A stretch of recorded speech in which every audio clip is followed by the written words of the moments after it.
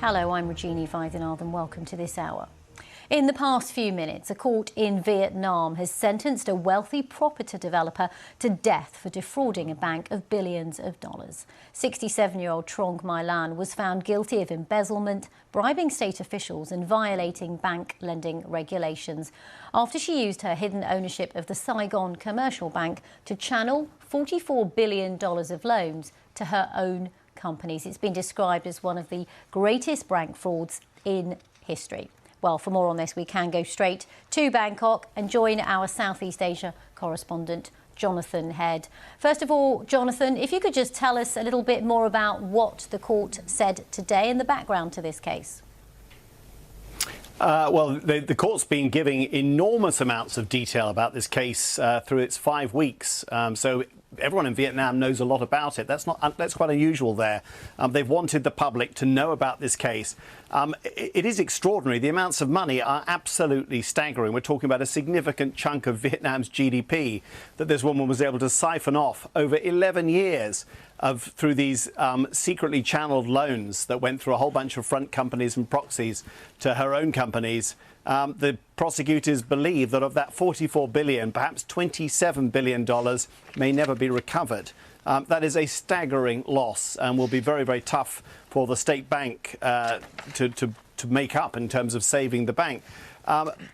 Really, the authorities have sort of blamed TruongMyLan and have talked about the way in which she was bribing officials and the kind of sophistication of this network. And really, it is part of an ongoing anti-corruption campaign that's been going for several years, led by the communist authorities, who say they're determined to stamp it out. But of course, it does raise a lot of questions, which is, how was it that this woman, she's very high profile, she's one of the biggest property owners in Vietnam, how was she able to do that for 11 years? And of course, officially the authorities say, well, she was paying off this person and that and hiding this and that. But it is extraordinary that it went on for 11 years without being stopped. And I think those questions still hang over whether the Vietnamese authorities are capable of reining in this kind of fraud. And Jonathan, you say that this was a trial that was followed by so many people in Vietnam, and TruongMyLan is a well-known property developer in the country, but now she faces the death penalty. That itself is extraordinary. Normally, the death penalty is not usually handed down on women, but I think this case was so exceptional in terms of its scale and the damage it's done to Vietnam's finances. They probably felt they needed to make an example of her. They may also be trying to encourage her to give as much money back as they can get her to do. This is something the other 80 defendants in court today have largely done. They're all more minor, of course, but these are all the people accused of conspiring with her, including, for example, a chief inspector at the state bank who was bribed $5 million, according to prosecutors, in order to look the other way. They've all pleaded guilty and offered to bring back as much money as they can. I think the state believes that TruongMyLan must have far more assets that she can return to the state to try and make up this massive hole in this bank's finances. OK, Jonathan Head in Bangkok, watching that huge trial in Vietnam and that verdict for us. Thank you very much. And Jonathan's written an analysis piece on the BBC News website with more background too.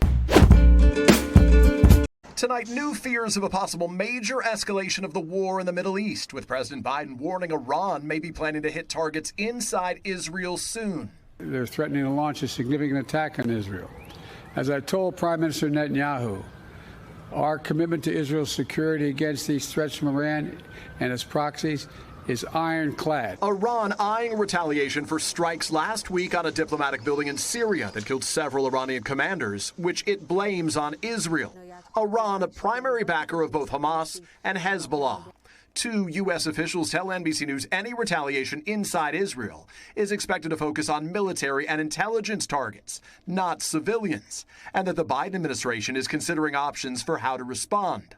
Also tonight, growing tensions over a new Israeli airstrike in Gaza. Israel saying the attack killed 3 adult sons of a top Hamas leader, who they say were Hamas operatives, including a commander. Hamas says the strike also killed 4 of his grandchildren. During today's state visit for Japan's prime minister, President Biden demanding Hamas accept the latest ceasefire offer that includes returning the hostages, including Americans held by Hamas. There's a now up to Hamas. They need to move on the proposal that's been made. We'll get these hostages home where they belong. Tonight, former hostage Aviva Siegel, whose husband Hirsch Siegel is still being held, tells NBC's Andrea Mitchell it's time for results. Somebody needs to help. And I'm begging Biden to be strong enough, stronger than Hamas. The president's policy toward the war has sparked protests.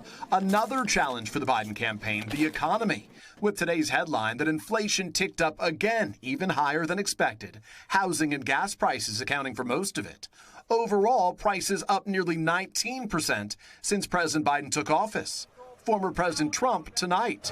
Biden has totally lost control of inflation. It's back. It's raging back. President Biden saying he's made tremendous progress. We have dramatically reduced inflation from 9% down to close to 3%. My opposition talks about two things. They just want to cut taxes for the wealthy and raise taxes on other people. Peter, let me ask you about new signs tonight of former President Trump's grip on House Republicans. Lester, conservative Republicans just blocked an effort to extend a controversial spying law that intelligence officials say.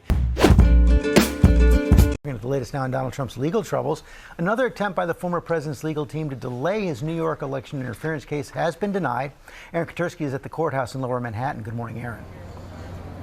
Good morning to you, George. All week, former President Trump's been trying to scuttle his criminal trial with this haphazard strategy that has his lawyers rushing to this courthouse with emergency appeals for delays. But 3 times in the last 3 days, judges here have turned him down. Trump's latest request to postpone argued that the trial judge should be off the case. Trump's attorneys complaining of an unacceptable appearance of impropriety because Judge Juan Merchan's daughter did political work for Democrats. They said this trial can only be done once and it must be done right because of the potential impact on the election. But prosecutors said the independent political activities of the judge's daughter are no reason to challenge his credibility. And a lawyer representing the judge said there's absolutely no evidence to show that Judge Merchan will stand to benefit from the outcome of the trial. Now, prosecutors also said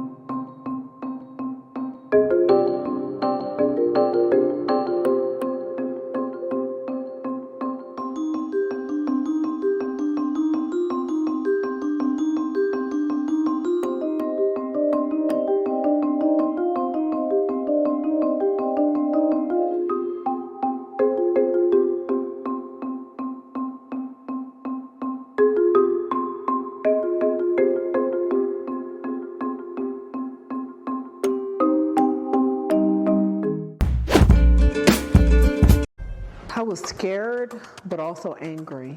And when you wanted them to leave, what did they say? Oh, they refused. They act like I was doing something wrong. There was prostitution, there was drug selling. I would say I'm close to $60,000 in damages, about 30, a little over 30,000. Sorry, there's no light because they cut all the wires. They cut like a 2x3 hole and they got in that way. That Atlanta squatting victim gave me a first-hand look at the horror she's been living. But right now, relief is in sight, as a new bill giving more rights to homeowners and more criminal penalties to squatters waits for the governor's signature. Our next guest has been also living that nightmare and says this bill can't come soon enough. Democratic candidate for the governor's state house, the Georgia State House, is Mel Keaton. He's also the president of the Homeowners Association in Atlanta, and he joins us now. Mel, thanks so much for getting up this morning. So tell me, what has life been like with this squatter problem for you? Oh, it's been terrible. We've had everything from fentanyl sales, prostitution rings, a person wanted for murder. We had an armed robbery going on. It's been really, really bad. We've also had a problem with, home partners, Divvy and Open Door, just not even knowing who these people are in their homes, not even being aware of the occupancy in these homes. Mel, so often when I cover these stories, I see people in the airport and they say, why don't these people just remove them themselves, especially being in the South? Can you tell our audience why you can't do that? Well, it's hard because they're claiming it's a civil matter. It really is just burglary, but they're claiming it's a civil matter, and people make fake leases up. And because the police doesn't have any authority over civil matters, they just let them stay. So that's what we've been doing. We're down to 5. We started out with 18, so we've actually been catching them in the act of breaking into the homes and getting them removed right back out. So, Mel, this new legislation that is waiting for the governor to sign, what sort of rights is it going to give you to remove these folks? Well, they will now have 3 days if they present a lease, they will have 3 days to verify that lease, and if it's wrong, they will get charged with the crime, and then also they will have to pay those tenants back rent for those items. Mel, before I let you go, you were telling us in some of your notes that some of these people aren't your typical squatters. Some of them used to be residents in these places, and then they just stopped paying rent as well. Right. So what's happening is I don't think these companies, they actually don't have a real underwriting process. Mm-hmm. And then they get these homes and they move into them. They really don't understand. And then when they realize they can't afford it, they'll just stay in the house, or they'll leave and find another house in the same neighborhood and move into that one. So that's been an issue. Yeah, that's the one thing that I feel like they need to crack down. Not just the squatting crisis, but you have repeat offender squatters. So they just go, take people through a 6-month process, and then they find their next home and do it all over again. Hopefully this new law changes some of that. Mel, thanks so much for getting up this morning. All right, thank you. You got it. I'm Steve Ducey. I'm Brian Kilmeade. And I'm Ainsley Earhart. And click here to subscribe to the Fox News YouTube page to catch our hottest interviews and most compelling analysis.